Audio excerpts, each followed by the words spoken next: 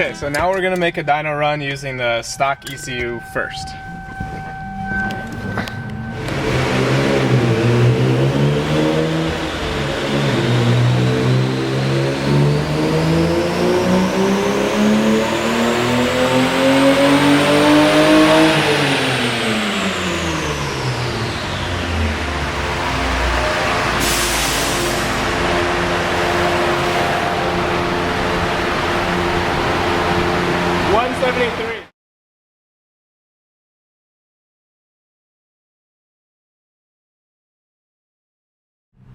Okay, so now what we're gonna do is go ahead and unplug the stock computer and install the AEM Series 2. Thanks for calling FSR, this is Ian speaking. How may I help you? Yeah, what's up? Oh, okay. I'm making a video on how to install the AEM right now. So, hold on. The AEM Series 2 for NA Supras and SC300s. We've got the AEM installed. It's just the one big plug with the 10mm bolt and the small plug that just plugs in right there. And now we're gonna hook up the laptop and go ahead and configure it to get ready to do some dyno runs with it. Okay, so now what we're gonna do, now that you've got your AEM EMS plugged in, is make sure the car is in the run position.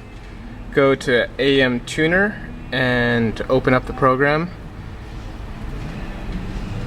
When it asks you to open a calibration file, we're gonna go ahead and open the base calibration for a mass airflow 6101.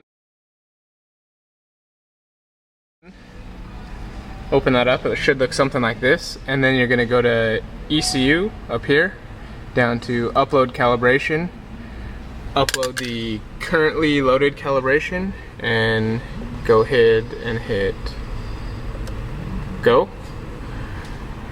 Now that file is loaded up, and now you can see all the parameters are working properly.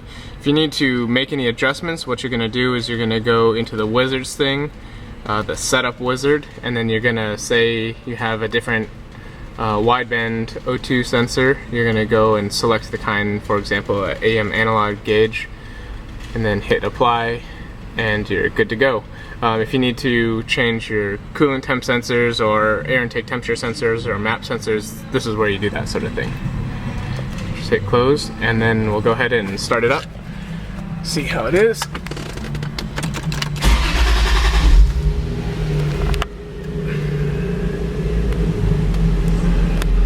Let's go ahead and make a pull and see how this thing does as soon as it's warmed up.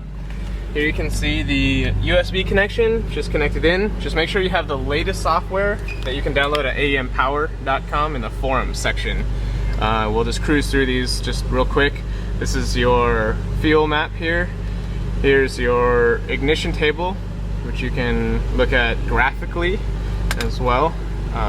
If you hit R and then use the mouse, you can rotate it all over the place.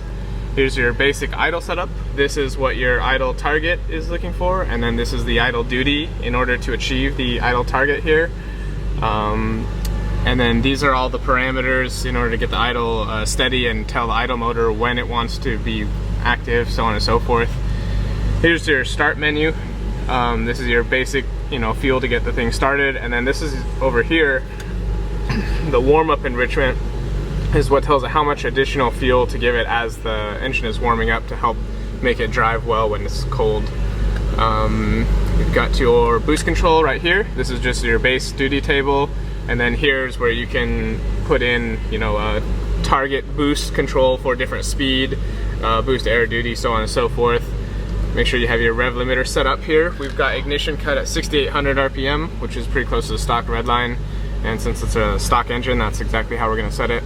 I wouldn't recommend messing with the acceleration fuel settings if you're running the mass airflow. If you're running a map setup, you are going to have to change these settings in order to get it to tip in reasonably well, especially with larger injectors.